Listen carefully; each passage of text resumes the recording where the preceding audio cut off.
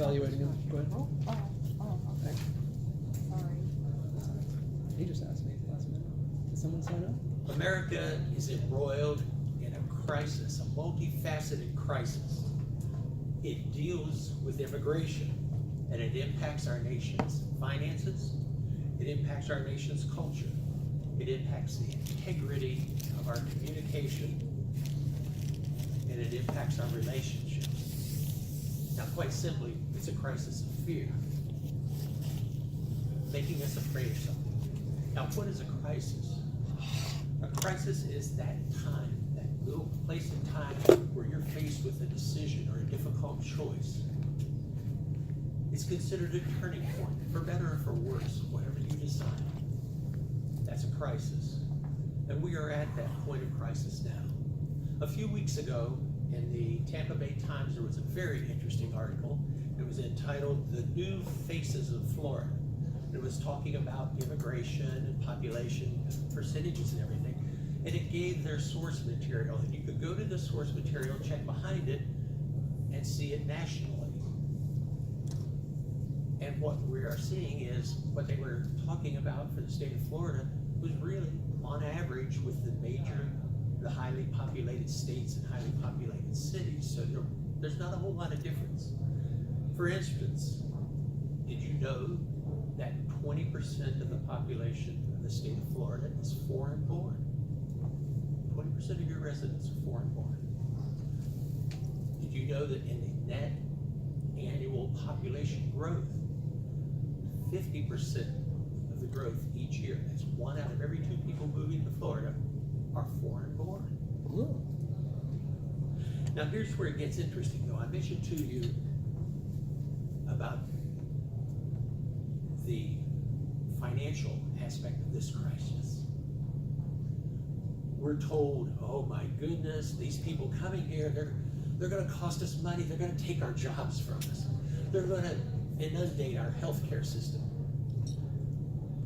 They're going to overload our schools. The education costs are going to skyrocket. They're going to be on welfare. They'll bring crime. But when you check the studies that have been done and all the research, what's the truth? The majority, more than half, of the foreign-born residents moving to this country are employed. They're seeking employment, first off, and become employed, and they will work as the vast majority in the fields of agriculture, construction, in the fields of maintenance, in the fields of service. Now, some of those jobs, those of us who were born here don't care to do anymore. I grew up around farms. I can tell you, I don't want to farm. Okay, so I mentioned to you, it's also a crisis for our culture. What are we being told? Oh, as they come here, they'll bring their culture with them and they'll overrun us. We'll lose our culture. It'll be forfeited. Our identity will be no more. Our customs will be done away with. The things that we've known all our lives will not be done anymore. Oh my goodness, we may have to learn another language.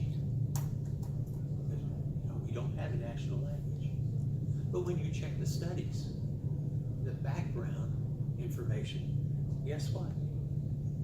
And this statistic absolutely blew me away. 50% of all the immigrants coming to this country every year have some level of college education. It may be only one course. We're not getting stupid people. We're not getting people who are coming looking for handouts. They're coming to work for a future. Now, I mentioned to you that it impacts the integrity of our communication, and here is where there is a schism or a schism. I point you to the Statue of Liberty.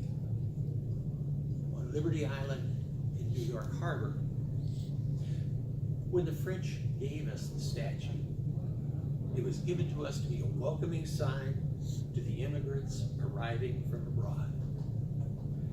Most of you are aware of and have heard at least the last 4.5 lines of the sonnet entitled "The New Colossus" by Emma Lazarus that is on a plaque at the pedestal. It's also engraved on the walls of the Welcome Hall at JFK International Airport. It says, "Give me your tired, your poor, your huddled masses yearning to breathe free. The wretched refuse of your teeming shores. Send these, the homeless, the tempest-tossed to me. I lift my lamp beside the golden door." That's the communication we're sending to the world. Send them to us. Our doors are open. But the schism is, what are our actions? Stop. We're going to build a wall. We want you to stay where you are. Don't come here. You're not welcome. We are not walking our talk. Now, I also mentioned to you that it impacts our relationships. But I suggest to you that relationships are the beginning of the solution. We all know that building positive relationships has an impact on our mental health, our physical health, our emotional health, our social health. It's one of the most critical factors, the ability to build good relationships towards our success in our work. How different are these people coming to visit us, coming to live here? What do they want? I suggest that what they want is the same things you and I want. They want the American dream.